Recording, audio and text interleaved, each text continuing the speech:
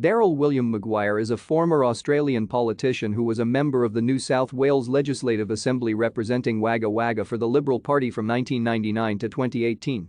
On 30 March 2011, Maguire was appointed to government whip in the O'Farrell-Stoner Liberal National Coalition government. On 13 July 2018, Maguire quit the Liberal Party after admitting at a corruption inquiry that he sought payment over a property deal.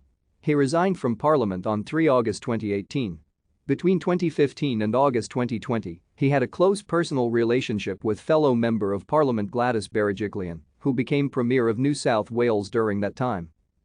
Maguire has an extensive involvement with local community organisations. He was married to Maureen Maguire and has 2 children. Prior to his election to Parliament, Maguire worked as a local store proprietor and franchisee. Maguire was elected to represent Wagga Wagga in 1999 following the retirement of long-standing member Joe Shipp. Thank you for watching. Like and subscribe if you would like to view more of our videos. Have a nice day.